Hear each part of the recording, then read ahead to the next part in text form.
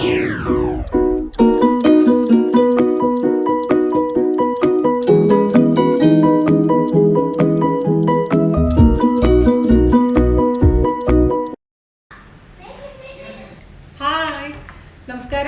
എന്നിട്ട് വിശേഷം? എല്ലാവർക്കും സുഖം തന്നെ വിശ്വസിക്കുന്നു. ഞങ്ങളിവിടെ സുഖമായിരിക്കുന്നു. ഞങ്ങളിപ്പോൾ അശ്വതിയുടെ വീട്ടിലാണ്. അപ്പൊ അശ്വതി ആയിട്ടുള്ള ബന്ധം എന്ന് പറഞ്ഞു കഴിഞ്ഞാൽ അല്ലെ അവിചാരിതമായിട്ടുള്ളൊരു അതെ അവിചാരിതമായി സംഭവിച്ചാണ് അത്. ഞാൻ ആദ്യമായിട്ടാണ് സത്യം പറഞ്ഞു കഴിഞ്ഞാൽ അശ്വതിനെ കാണുന്നത്. പക്ഷെ ഞങ്ങള് ഫോൺ മീൻസ് നമ്മളെ ചാറ്റ് വഴിയാണ് പരിചയം. പക്ഷെ കണ്ടിട്ട് ആദ്യമായിട്ട് കാണുമ്പോൾ തോന്നുന്നു, ഒരിക്കലും തോന്നിയില്ല. അപ്പൊ എന്റെ ഒരു അനിയത്തി കുട്ടി ഞങ്ങൾ വർഷങ്ങളായിട്ട് അറിയുന്ന പോലെ ഒരു ഫീലിംഗ് ആണ്. സംസാരിച്ചു നമ്മൾ ഏകദേശം ഒരേ സ്വഭാവമൊക്കെ തന്നെയാണ്. നമ്മൾ ഇന്നലെ രാത്രി സംസാരിച്ചത് എത്ര 2:45 വരെ സംസാരിച്ചോണ്ടേ ഇരിക്കുകയായിരുന്നു. പിന്നെ ഉറങ്ങണല്ലോ വെച്ച് ഉറങ്ങിയതാണ്. അതെ, ഉറങ്ങിയില്ലെങ്കിൽ മോശമല്ലേ വിചാരിച്ചിട്ട് ഉറങ്ങിയതാ. അത്രയും ഒരു കണക്ഷൻ. കാരണം ഇവിടെ വന്ന് സാധാരണ ഇപ്പൊ എന്താ പറയാ, നമ്മളൊരു ഫ്രണ്ടിനെ പോയി കാണുക, ഓക്കെ ഒരു കാര്യം സംസാരിച്ച് തിരിച്ചു പോകും. ഇത് ഇവരെ വീട്ടിലാണ് ഞങ്ങൾ സ്റ്റേ ചെയ്തത്. കൊച്ചിയിലേക്ക് വരണുണ്ട്, അപ്പൊ ഒരു ഹോട്ടൽ എവിടെയെങ്കിലും നോക്കണം എന്നൊക്കെ. കൊച്ചിയിൽ നമ്മുടെ വീട്ടിലേക്ക് വന്നിട്ട് പിന്നെ ഒരു ഹോട്ടലിൽ പോയി കിടക്കേണ്ട ആവശ്യമില്ലല്ലോ. അപ്പൊ നമുക്ക് ഉള്ളിടത്ത് ഓണം പോലെ എന്നൊക്കെ പറഞ്ഞ് ഞങ്ങൾ ഇവിടെ ഓണം ആഘോഷിക്കാനുള്ള പരിപാടിയായിരുന്നു. പക്ഷെ അപ്പോഴേക്കും അവിടെ വെള്ളമൊക്കെ വന്നിട്ട് അപ്പൊ ഞങ്ങൾ ഇവിടെ കൂടി. അതെ, അപ്പൊ ശരിക്കും നമ്മുടെ സ്വന്തം ഒരു ബന്ധുവിന്റെ പറയാ ബന്ധുവിനത്തിന് കൂടുതൽ ഒരു നല്ലൊരു കൂട്ടുകാരിയുടെ വീട്ടിൽ അനിയത്തിന്റെ വീട്ടിൽ വന്ന പോലെ അച്ഛനും അമ്മയാണെങ്കിൽ ഭയങ്കര ലവിങ് പാരന്റ്സ് ആണ്. അപ്പൊ ഒരു എന്താ പറയാ, ഒരു പുതിയ വീട്ടിൽ വന്നൊരു ഫീലിംഗേ ഇല്ല. അപ്പൊ ശരിക്കും ഞങ്ങൾ അടിച്ചു പൊളിച്ച് പുറത്തൊക്കെ പോയി ഫുഡൊക്കെ കഴിച്ചു, ബ്രേക്ക്ഫാസ്റ്റ് കഴിച്ചു. പിന്നെ എനിക്ക് പോകണം, അതിനേക്കാൾ പത്മയാണെങ്കിൽ പോകണ്ടെന്ന് പറഞ്ഞിരിക്കുക. വീണാന്റെ ഇനി പോവുക വേണ്ട എന്ന് പറഞ്ഞിട്ട് പത്മയോട് പിടിച്ചു നിർത്തിയിരിക്കുക. പോകാതിരിക്കാൻ പറ്റില്ലല്ലോ. പിന്നെ നല്ല മഴയുണ്ട്. അപ്പൊ പോകുന്ന സ്ഥലത്തൊക്കെ എങ്ങനെയാന്ന് അറിയില്ല. അപ്പൊ തിരിച്ച് വീട്ടിലെത്തണം. വീണ ചേച്ചി എന്ന് പറഞ്ഞാൽ നമുക്കൊരു എന്താണ് ലൈഫ് സേവർ ആയിരുന്നു. പല ക്രിട്ടിക്കൽ സിറ്റുവേഷനിലും ആരെങ്കിലും ഗസ്റ്റ് വരുന്നുണ്ടെന്ന് പറയുമ്പോൾ അല്ലെങ്കിൽ എന്തെങ്കിലും പ്രത്യേക സാഹചര്യങ്ങളിൽ ഓക്കെ റെസിപ്പി എന്ന് പറഞ്ഞിട്ട് പെട്ടെന്ന് നമ്മൾ സെർച്ച് ചെയ്യും. അപ്പോൾ ഒരുപാട് വ്ളോഗേഴ്സിന്റെ റെസിപ്പീസ് കാണാനായിട്ട്. അപ്പോൾ വീണ ചേച്ചിനെ സ്ട്രൈക്ക് ചെയ്തതിന്റെ കാരണം എന്ന് വെച്ചാൽ ഈ ചിരിയാണ്. പിന്നെ ഇത്രയും പോസിറ്റീവായിട്ട് ഇത്രയും സമയം സംസാരിക്കുക എന്നുള്ളതാണ്. അപ്പൊ അതുകൊണ്ടാണ് ഞാൻ ഫോളോ ചെയ്തത്. ഇപ്പൊ ചേച്ചിനെയൊക്കെ ഫോളോ ചെയ്തിട്ടാണ് ഓക്കെ യൂട്യൂബിൽ ഇങ്ങനെ ഒരു വേൾഡ് ഉണ്ടെന്നുള്ളതിനെ കുറിച്ച് ഞാൻ പോലും റിയലൈസ് ചെയ്തത് ലേറ്റർ ആണ്. അപ്പൊ നേരിട്ട് കണ്ടു കഴിഞ്ഞപ്പോൾ നമുക്ക് ഭയങ്കര പരിചയമുള്ള ഒരാളെ ഒട്ടും തന്നെ ഒരു ആദ്യമായി കാണുന്ന ഒരു ഫീൽ ഉണ്ടായിരുന്നില്ല. ഭയങ്കര കംഫർട്ടബിൾ ആയിരുന്നു. അപ്പൊ ഞാൻ വിചാരിച്ചു അശ്വതി ഭയങ്കര മോട്ടിവേഷൻ ഒക്കെ ഇൻസ്പിറേഷന്റെ ആളാണ്. അപ്പൊ നമുക്കൊരു ചുമ്മാ ഒരു വർത്താനം പറയാം അല്ലെ, ഒരു ഫോർമുലല്ല, ചുമ്മാ വർത്താനം പറയുമ്പോൾ നിങ്ങൾക്ക് കൂടെ അത് യൂസ്ഫുൾ ആയാലും എന്ന് വിചാരിച്ചിട്ട് ഞങ്ങൾ ഒരു സെഷൻ പ്ലാൻ ചെയ്തു മാത്രമേ ഉള്ളൂ. അപ്പൊ ഞങ്ങൾക്ക് ഇപ്പൊ രണ്ടുപേർക്കും പരസ്പരം എന്താ സംസാരിക്കാൻ പോലെ ഐഡിയ ഇല്ല കേട്ടോ, വർത്താനം പറയും. ഞാനിപ്പോ എന്റെ അടുത്ത് കുറെ പേര് ചോദിക്കുന്ന കുറെ കാര്യങ്ങളുണ്ട്. അപ്പൊ നമ്മൾ ഇങ്ങനത്തെ കോമൺ ടോപ്പിക്സ് സംസാരിച്ചാണ് കണക്റ്റഡ് ആയത്. അതെ, ഞാൻ എന്റെ സ്റ്റോറി ഇട്ടിട്ടുണ്ടായിരുന്നില്ലേ, അപ്പൊ അങ്ങനെ അശ്വതി വീഡിയോ കണ്ടിട്ടാണ് ഞങ്ങൾ മെസ്സേജ് അയക്കാൻ തുടങ്ങി. അപ്പൊ സംസാരിച്ച് വന്നപ്പോ ഞങ്ങൾക്ക് രണ്ടുപേർക്ക് കോമൺ സബ്ജക്ട്സ് ഒരുപാടുണ്ട് അല്ലെ. നമ്മുടെ നാല് രണ്ടുപേരെ നാള് മകാണ്. വേണമെങ്കിൽ പുഷ്പാഞ്ജലിയൊക്കെ ചെയ്യുമ്പോൾ അശ്വതി കൂടെ ചെയ്യാം. അപ്പൊ എനിക്ക് ആ വീഡിയോ ഇട്ടതിന് ശേഷം റെസ്പോൺസ് എന്ന് പറഞ്ഞാൽ അപാര റെസ്പോൺസ് ആയിരുന്നു. ഇപ്പോഴും ഡെയിലി മെസ്സേജസും മെയിലും വരുന്നുണ്ട്. അപ്പൊ ഞങ്ങളിങ്ങനെ ഡിസ്കസ് ചെയ്തപ്പോ പറയായിരുന്നു, ഒരാൾക്കെങ്കിലും നമുക്കൊരു ഇൻസ്പിറേഷൻ കൊടുക്കാൻ പറ്റുന്നുണ്ടെങ്കിൽ വലിയൊരു കാര്യമായിരിക്കും. ഞാനാണെങ്കിലും കുറച്ച് നാൾ മുമ്പ് പോസ്റ്റ്മോർട്ടം ഡിപ്രഷൻസിനെ കുറിച്ചിട്ട് ഇപ്പൊ ഞാൻ ഇങ്ങനെ ഒരു ഡെലിവറി കഴിഞ്ഞ സമയത്ത് ഭയങ്കര ഡിപ്രഷൻസ് കൂടെ കടന്നു പോയിട്ടുള്ള ഒരാളായിരുന്നു. അപ്പൊ മോളെ കൊണ്ടുള്ള ഒരു സ്ട്രഗിള് ഒരുപാട് വർഷങ്ങൾ ഇങ്ങനെ കണ്ടിന്യൂ ചെയ്തൊരു സംഭവം. ഞാൻ അതിനെക്കുറിച്ച് ഡീറ്റെയിൽ ആയിട്ട് കഴിഞ്ഞ മദേഴ്സ് ഡേക്ക് ഒരു പോസ്റ്റ് ഇട്ടിട്ടുണ്ടായിരുന്നു. അപ്പൊ ആ സമയത്തുണ്ടായ ഒരു അപ്പോഴാണ് ഞാൻ വിചാരിക്കുന്നത്, ദൈവം ഇത്രയും പെൺകുട്ടികൾ ഇത് ഫേസ് ചെയ്ത് കടന്നു പോയിട്ടുണ്ട്. ഒരുപാട് ഭർത്താക്കന്മാർ മെസ്സേജ് അയക്കുന്നു. അപ്പൊ ഇതായിരുന്നു എന്റെ വൈഫിന്റെ പ്രശ്നം, ഞാൻ അവർക്ക് ഭ്രാന്താന്ന് വിചാരിച്ചത്. അങ്ങനെ പറഞ്ഞ മെസ്സേജ് ഉണ്ടായിരുന്നു. കുറച്ചും കൂടി ഒരു ബെറ്റർ അണ്ടർസ്റ്റാൻഡിങ് കിട്ടി ഒരു വുമൻഹുഡ് എന്താണ്, അല്ലെങ്കിൽ എന്തിൽ കൂടെയൊക്കെയാണ് നമ്മൾ കടന്നു പോകുന്നത് എന്നുള്ള കാര്യം. അപ്പൊ ചില കാര്യങ്ങളൊക്കെ നമ്മൾ പറയുമ്പോൾ ഡിസ്കസ് ചെയ്യുമ്പോഴാണ് അറിയുന്നത്. അല്ലെങ്കിൽ നമ്മൾ വിചാരം നമുക്ക് മാത്രമാണ്, നമ്മൾ മാത്രം സഫർ ചെയ്യുന്നത് നമ്മൾ പലപ്പോഴും വിചാരിക്കുന്നതാണ്. പക്ഷെ നമ്മൾ മാത്രമല്ല, ഒരുപാട് പേര് സെയിം കണ്ടീഷനിൽ കൂടെ കടന്നു പോകുന്നുണ്ടെന്ന് നമുക്ക് ഷെയർ ചെയ്യുമ്പോഴാണ് മനസ്സിലാവുന്നത്. ഡെഫിനറ്റായിട്ടും ഞാനാണെങ്കിലും ഇപ്പൊ എല്ലാവരും ചോദിക്കും എങ്ങനെ മീഡിയയിലേക്ക് എത്തി, അല്ലെങ്കിൽ പണ്ട് തൊട്ട് ഇതിനു വേണ്ടി സെറ്റ് ചെയ്ത് അങ്ങനെ പ്രിപ്പയർ ചെയ്ത്. ഞാൻ അങ്ങനെ യാതൊരു പ്ലാനിങ്ങും ഇല്ലായിരുന്നിട്ട് ഞാൻ RJ ആയിരുന്നു. RJ ആയി, അത് കഴിഞ്ഞ് കല്യാണമൊക്കെ കഴിച്ച് ദുബായിൽ വർക്ക് ചെയ്യുന്ന സമയത്താണ് മോളുണ്ടാവുന്നത്. അപ്പൊ വീണ്ടും ഈ ഡിപ്രഷൻ ഇങ്ങനത്തെ പ്രശ്നങ്ങളൊക്കെ ഇതിൽ കൂടെ ഒക്കെ പോയിക്കൊണ്ടിരിക്കുന്ന ഒരു സമയമായിരുന്നു. അപ്പൊ നമ്മൾ ശരിക്കും എന്താണ് വണ്ണം വെച്ചു, വയറ് തൂങ്ങി, ആകെ നിറം പോയി, കഴുത്ത് കറുത്തു, ഇങ്ങനത്തെ ഫിസിക്കൽ പ്രശ്നങ്ങൾ ഇഷ്ടംപോലെ ഉണ്ട്. അതിന്റെ കൂടെ കുട്ടി രാത്രി കരയുന്ന പ്രശ്നങ്ങൾ, ഉറക്കമില്ല, ഇങ്ങനത്തെ പ്രശ്നങ്ങളിൽ കൂടെ ഒക്കെ കടന്നു പോകുമ്പോൾ നമ്മൾ വിചാരിക്കും ഓക്കെ ഇത് നമ്മുടെ ലൈഫിന്റെ നല്ല ഭാഗം കഴിഞ്ഞു, കല്യാണം കഴിഞ്ഞു, കുട്ടിയായി, അങ്ങനത്തെ ഒരു സ്റ്റേജിൽ നിന്ന ഒരാളാണ് ഞാൻ. എന്നിട്ട് അത് കഴിഞ്ഞിട്ടാണ് ഞാൻ ചാനലിലേക്ക് വരുന്നത്, അത് മെയിൻ സ്ട്രീം ചാനലുകളിലേക്ക് വരുന്നത്. അപ്പൊ എനിക്ക് തന്നെ ഭയങ്കര അത്ഭുതമായിരുന്നു എങ്ങനെ സംഭവിച്ചു എന്നുള്ളത്. അപ്പം മാത്രമല്ല അത് നടത്തിയെടുക്കുക എന്ന് പറയുന്നത് ഭയങ്കര ബുദ്ധിമുട്ടായിരുന്നു. ഒരു ഓഫർ കിട്ടുന്നത് വരെ ലക്കാണെന്ന് പറയാം. കാരണം ഒരു ഓഫർ കിട്ടി എന്നുള്ളത് ശരിയാണ്. പക്ഷെ ഓഫർ കിട്ടിയപ്പോൾ അത് ടേക്കപ്പ് ചെയ്യാൻ ഡിസൈഡ് ചെയ്യാൻ അത് സപ്പോർട്ട് ചെയ്തത് തീർച്ചയായിട്ടും ഫാമിലിയാണ്. അപ്പം ഹസ്ബൻഡ് ആണെങ്കിലും ഹസ്ബൻഡിൻ്റെ ഫാമിലി ആണെങ്കിലും എൻ്റെ ഫാമിലി ആണെങ്കിലും അതുപോലെ അവർ സപ്പോർട്ട് ചെയ്ത് നോക്കി, കുട്ടീനെ നോക്കിക്കോളാൻ കുഴപ്പമില്ല, ഇത് ചെയ്യും എന്ന് പറഞ്ഞിട്ടാണ്. ചെന്നാൽ പോലും കുട്ടീനെ ഇട്ടിട്ട് പോയി പ്രോഗ്രാം ചെയ്യാന്ന് പറയുന്നത് ഡെഫിനറ്റ് ആയിട്ട് അതിന്റെ പ്രശ്നങ്ങളുണ്ടായിരുന്നു. അച്ഛനമ്മയുടെ അത്ര സപ്പോർട്ട് വേണം. തീർച്ചയായിട്ടും. അപ്പൊ കോൺസ്റ്റന്റ് ആയിട്ട് ഇവരുടെ ഒക്കെ സപ്പോർട്ട് കൊണ്ട് നമ്മളിങ്ങനെ, പക്ഷെ എന്നാലും നമ്മളിങ്ങനെ നമ്മുടെ ഒരു വിൽ പവറാണ് ഇത്. ഓക്കെ, ഞാനത് ചെയ്യാൻ നമ്മൾ എന്തോരം ഉള്ളിൽ പ്രശ്നങ്ങളുണ്ടെങ്കിലും ഫിസിക്കലി എത്ര സ്ട്രെയിൻ ഉണ്ടെങ്കിലും, ഇതിപ്പോ ഞങ്ങൾ രണ്ടുപേരും പറയാം, രണ്ടുപേർക്ക് കഴുത്ത് വേദന, കൈ വേദന പ്രശ്നങ്ങൾ. അപ്പൊ ജനറലി നമ്മൾ സ്ത്രീകൾക്ക് ഉണ്ടാകുന്ന പ്രശ്നങ്ങളൊക്കെ കോമൺ ആയിട്ട് എല്ലാവർക്കും ഉണ്ട്. പക്ഷെ ഇതൊക്കെ ഉണ്ടെങ്കിൽ സ്ക്രീനിൽ നിൽക്കുമ്പോൾ നമ്മൾ പ്ലസന്റ് ആയിട്ട് നിൽക്കുക, നമുക്ക് എന്തെങ്കിലും പോസിറ്റീവായിട്ട് ആൾക്കാർക്ക് കൊടുക്കാനുണ്ടോ എന്ന് നോക്കുക. മാത്രമല്ല ഒരു സ്റ്റേജിൽ നമ്മുടെ ലൈഫ് തീർന്നു, ഇനി നമ്മളെ ഒന്നും ചെയ്യാനില്ല, ഇതാണ് എൻ്റെ എന്ന് വിചാരിച്ചിരിക്കരുത്. നിങ്ങൾക്ക് ചെയ്യാനുള്ള എന്തെങ്കിലും ഒരു കാര്യം അല്ലേ, അത് എവിടെയെങ്കിലും ഉണ്ടാവും. അത് കണ്ടെത്തുന്നത് വരെ നമ്മൾ പോസിറ്റീവായിരിക്കുക എന്നുള്ളത് ഒരു വലിയ ഫാക്ടറാണ്. നമ്മൾ പോസിറ്റീവായിട്ടിരുന്നാലാണ് ഈ പോസിറ്റീവ് സാധനങ്ങളൊക്കെ നമ്മുടെ അടുത്തേക്ക് വരും. അട്രാക്ട് ചെയ്തു. ഈവൻ നമ്മൾ പോസിറ്റീവായിട്ടിരുന്നാലാണ് പോസിറ്റീവായിട്ടുള്ള ആളുകൾ പോലും നമ്മുടെ അടുത്തേക്ക് വരും അല്ലേ. നമുക്ക് ചില ആൾക്കാരെ കാണുമ്പോൾ അല്ലെങ്കിൽ ചില ഷോസ് കാണുമ്പോൾ നമുക്ക് വേണ്ട, അത് നമുക്ക് പറ്റിയതെല്ലാം തോന്നില്ല, നെഗറ്റിവിറ്റി ഫീൽ ചെയ്യും. നമുക്ക് ആ ഒരു കണക്ഷൻ പോലും ഒരു ആൾക്കാരോട് ഫീൽ ചെയ്യണമെങ്കിൽ പോസിറ്റീവ് ആയിരിക്കണം. നമ്മളിപ്പോൾ എന്തെങ്കിലും ഒരു കാര്യം കാണുമ്പോഴേക്കും അതിന്റെ കുറ്റം എന്താണെന്ന് ഫോക്കസ് ചെയ്തിരിക്കുകയാണെങ്കിൽ അത് ഭയങ്കര പ്രശ്നമാണ്. നമ്മൾ കുറച്ചാൾ കഴിയുമ്പോഴേക്കും അപ്പൊ എനിക്കിതൊന്നും പറ്റില്ല, ഇവർക്കൊക്കെ. ഞാനിപ്പോൾ വർക്ക്ഔട്ട് ചെയ്യുന്ന കാര്യം, ഈ വർക്ക്ഔട്ട് ചെയ്യുന്ന കാര്യങ്ങളൊക്കെ പറയാറുണ്ട്. ഇപ്പം എല്ലാ ദിവസവും ജിമ്മിൽ പോകാനൊന്നും പറ്റില്ല, പക്ഷെ പോകുന്ന ദിവസങ്ങളിൽ പോകാൻ നോക്കും, വർക്ക്ഔട്ട് ചെയ്യാൻ നോക്കും, ഫുഡിന്റെ കാര്യത്തിൽ കുറച്ച് കൺട്രോളൊക്കെ വരുത്താൻ നോക്കും. എന്തായാലും ചില സമയത്ത് അറിയാലോ, നമുക്ക് വീട്ടിൽ കുറച്ച് എക്സ്ട്രാ ഫുഡ് ഇരിക്കുകയാണെങ്കിൽ ചിലപ്പോൾ നമ്മൾ കഴിക്കേണ്ടി വരും, അല്ലെങ്കിൽ അങ്ങനെയുള്ള സിറ്റുവേഷൻസ് ഉണ്ട്. അപ്പോൾ പുറത്ത് എവിടെയെങ്കിലും പോയി കഴിഞ്ഞാൽ ചില ദിവസം നമ്മൾ ഒരു നേരം കൂടുതൽ കഴിക്കും. പക്ഷെ എന്നാലും നമ്മൾ വർക്ക്ഔട്ട് ചെയ്യുക, ഇത് മെയിൻറ്റെയിൻ ചെയ്യാൻ ശ്രമിക്കുക എന്നൊക്കെ പറയുമ്പോൾ തന്നെ, ഇത് ഞാൻ പലരോടും പറഞ്ഞിട്ടുണ്ട് എങ്ങനെ വർക്ക്ഔട്ട് ചെയ്യണം, മെയിൻറ്റെയിൻ ചെയ്യണം എന്നുള്ളത്. ഞാൻ പറഞ്ഞില്ല, എന്റെ സ്ക്രീനിൽ കാണുമ്പോൾ ഭയങ്കര തടി. പക്ഷെ ഞാൻ ഇന്നലെ വന്നപ്പോൾ ആദ്യം അശ്വതിയുടെ അടുത്ത് പറഞ്ഞിട്ടുള്ള കാര്യം, ഭയങ്കര സ്ലിം ആണല്ലോ. പക്ഷെ ഞാൻ എവിടെ ഇൻസ്റ്റയിൽ ഫോട്ടോ കാണുമ്പോഴും അല്ലെങ്കിൽ ടി വിയിൽ കാണുമ്പോഴും നിറഞ്ഞു നിൽക്കുകയാണ് പുള്ളിക്കാരി, ഭയങ്കര വണ്ണം. പിന്നെ കമന്റ്സ് ഞാൻ കണ്ടിട്ടുണ്ട്, എന്തോരം വണ്ണാണ്, മേക്കപ്പ് ആണെന്നൊക്കെ പറഞ്ഞിട്ട്. പക്ഷെ പുള്ളി ഭയങ്കര സിമ്പിൾ ആണ്, എന്നെക്കാളും കഴിഞ്ഞിട്ടാണല്ലേ. പക്ഷെ എന്നെ എങ്ങനെയാണെങ്കിലും സ്ക്രീനിൽ കാണുമ്പോൾ തടി തോന്നും. അപ്പോൾ ഞാനത് കുറയ്ക്കാൻ വേണ്ടി മാക്സിമം ശ്രമിക്കാറൊക്കെ ഉണ്ട്. ഇത് ആരോടെങ്കിലും പറയുകയാണ് നിങ്ങൾ വർക്ക്ഔട്ട് ചെയ്യണം, അല്ലെങ്കിൽ കുറച്ച് യോഗ ചെയ്യണം, മെഡിറ്റേറ്റ് ചെയ്യണം, ഇങ്ങനെ കാര്യങ്ങളൊക്കെ പറയുകയാണെന്നുണ്ടെങ്കിൽ പറയും, ഇതൊക്കെ ഈ സെലിബ്രിറ്റീസിനൊക്കെ പറഞ്ഞിട്ടുള്ളത്, നമ്മൾ സാധാരണ വീട്ടമ്മമാർക്ക് ആ ആറ്റിറ്റ്യൂഡാണ് ബേസിക് പ്രശ്നം. നമ്മൾ അങ്ങനെ വിചാരിക്കേണ്ട കാര്യമില്ല. നമ്മൾ വിചാരിച്ചാൽ നടക്കാത്തായിട്ടുള്ള കാര്യങ്ങളൊന്നുമില്ല, ഒരു കാര്യമില്ല. അപ്പോൾ പോസിറ്റീവായിട്ടിരിക്കുക. നമുക്കും എന്തോ നല്ലത് ചെയ്യാനുണ്ട്, നമ്മൾ കാരണം ആരുടെയെങ്കിലും ഒക്കെ ലൈഫിലൊരു ചേഞ്ച് വരുത്താൻ പറ്റും. ഒരാൾക്കാണെങ്കിൽ പോലും അതൊരു വലിയൊരു കാര്യമാണ്. നിങ്ങളിപ്പോ സെലിബ്രിറ്റി ആണെന്നൊന്നുമില്ല, സാധാരണ ഒരു വീട്ടമ്മയാണെങ്കിൽ പോലും നമുക്ക് എത്ര പേർക്ക് നമുക്ക് ഇൻഫ്ലുവൻസ് ചെയ്യാൻ പറ്റും അല്ലേ. അതെ അതെ. അപ്പൊ അത് നിങ്ങൾ ശ്രദ്ധിച്ചാൽ മതി. അല്ലെങ്കിൽ എനിക്ക് പറ്റില്ല എന്ന് പറഞ്ഞ ആറ്റിറ്റ്യൂഡേ വേണ്ട, എല്ലാവർക്കും പറ്റും. നമ്മൾ വിചാരിച്ചു കഴിഞ്ഞാൽ പറ്റത്തായിട്ട് ഒരു കാര്യമില്ല. അശ്വതി, ഞാനൊരു വീഡിയോ ചെയ്തിട്ടുണ്ടായിരുന്നു. എന്താണെന്ന് വെച്ച് കഴിഞ്ഞാൽ നമ്മുടെ ഫേസിലുള്ള ഹെയർ ഗ്രോത്ത് ഉണ്ടല്ലോ, ഒരുപാട് പെൺകുട്ടികൾ അനുഭവിക്കുന്ന ഒരു കാര്യമാണ്. അപ്പോ ലേസറും കാര്യങ്ങളൊക്കെ ഉണ്ട്, പക്ഷെ അത് അഫോർഡ് ചെയ്യാൻ പറ്റാത്ത കുറെ പേരുണ്ട്. അപ്പൊ ഇപ്പൊ പക്ഷെ വളരെ ചീപ്പായിട്ട് വന്നിട്ടുണ്ട്. ഞാനൊക്കെ തുടങ്ങിയ സമയത്ത് ഈവൻ ദുബായിലാണെങ്കിലും ഭയങ്കര കോസ്റ്റ്ലി ആയിരുന്നു. പക്ഷെ ഇപ്പൊ കുറച്ചും കൂടെ അഫോർഡബിൾ ആണ്. അത് പിന്നെ പോട്ടെ, അത് വേറെ കാര്യം. പക്ഷെ ഈ ഇതേപോലെ തന്നെ വണ്ണമുള്ള പെൺകുട്ടികളെ അല്ലെങ്കിൽ ആൺകുട്ടികളെ, വണ്ണം കുറഞ്ഞ കുട്ടികളെ, കറുത്തിരിക്കുന്ന കുട്ടികളൊക്കെ ഇങ്ങനെ ആൾക്കാർ തമാശിക്കുകയാണ്. ഒരു ചുമ്മാ ഒരു കമന്റ് ആണ്. ഓക്കെ, പക്ഷെ അത് ഒരാളെ ജീവിതം ചിലപ്പോൾ സൂയിസൈഡ് ചെയ്യുന്ന പോലും കണ്ടീഷൻസ് വരുത്താറുണ്ട്. അപ്പൊ നിങ്ങളത് അതിനെ കുറിച്ച് അശ്വതിയുടെ ഞാനിപ്പോ ഒരു സ്റ്റോറി പറയാറുണ്ട്. പണ്ട് ദുബായിൽ നമ്മുടെ വീട്ടിൽ വന്നിരുന്ന ഒരു പയ്യൻ, ഞാൻ ചേച്ചിയുടെ പറഞ്ഞു, ദുബായിൽ വീട്ടിൽ ക്ലീനിങ്ങിനൊക്കെ വേണ്ടി വന്നിരുന്ന ഒരു പയ്യനുണ്ടായിരുന്നു.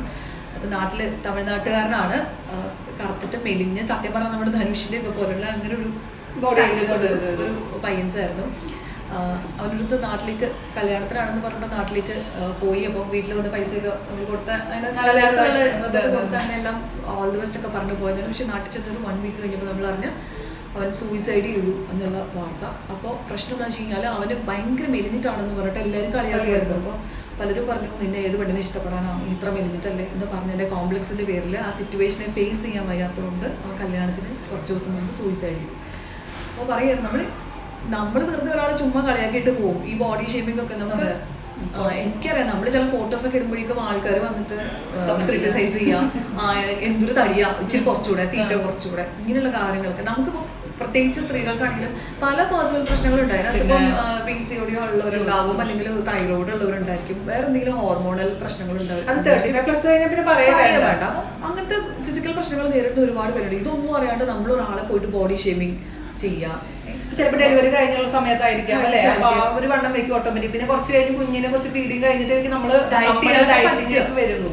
അപ്പം ഓരോരുത്തർക്കും അവരവരുടേതായിട്ടുള്ള പ്രശ്നങ്ങളുണ്ട്, അവരവരുടെ ഫിസിക് ഉണ്ട്. അപ്പം നമ്മളിങ്ങനെ ചെയ്തു എന്ന് വെച്ചിട്ട് എല്ലാവർക്കും അങ്ങനെ ചെയ്യാൻ പറ്റിക്കൊള്ളുന്നില്ല. അപ്പൊ അങ്ങനെ അതിന്റെ പേരിൽ ഒരാളെ കളിയാക്കാതിരിക്കുക. പിന്നെ നമ്മൾ തന്നെ ഉണ്ടല്ലോ, നമ്മൾ എങ്ങനെയാണോ നമ്മൾ അങ്ങനെ അക്സെപ്റ്റ് ചെയ്യാൻ ശ്രമിക്കാം. ഇംപ്രൂവ്മെന്റ് ചെയ്യാൻ നമുക്ക് എപ്പോഴും ശ്രമിക്കാം. മറ്റുള്ളവരെ കണ്ടിട്ട് ഇൻസ്പിറേഷൻ എടുത്തിട്ട് ഇംപ്രൂവ് ചെയ്യാൻ നോക്കാം. നമ്മുടെ ഹെൽത്ത് വലിയൊരു ഫാക്ടറാണ്. തടി വെച്ച് ഞാൻ ഇങ്ങനെയാണ്, തടിച്ചിരിക്കട്ടെ എന്ന് വിചാരിച്ചാൽ നാളെ ചിലപ്പോൾ ഹെൽത്ത് ഇഷ്യൂസ് ഉണ്ടാവും. അപ്പോൾ കുറയ്ക്കാനൊരു ഓപ്ഷൻ ഉള്ളവരാണെങ്കിൽ തീർച്ചയായിട്ടും കുറയ്ക്കാനുള്ള ട്രൈസ് ഒക്കെ നടത്താം. പക്ഷെ എന്നാലും നമ്മളെങ്ങനെയാണെന്നുള്ളതിനെ കുറിച്ച് നമുക്കറിയാം. നമ്മൾ കുട്ടിയിലെ തൊട്ട് വണ്ണമുള്ള കുറെ കാര്യങ്ങൾ നമ്മൾ അഡ്മിറ്റ് ചെയ്യുക, നമ്മൾ അക്സെപ്റ്റ് ചെയ്യുക.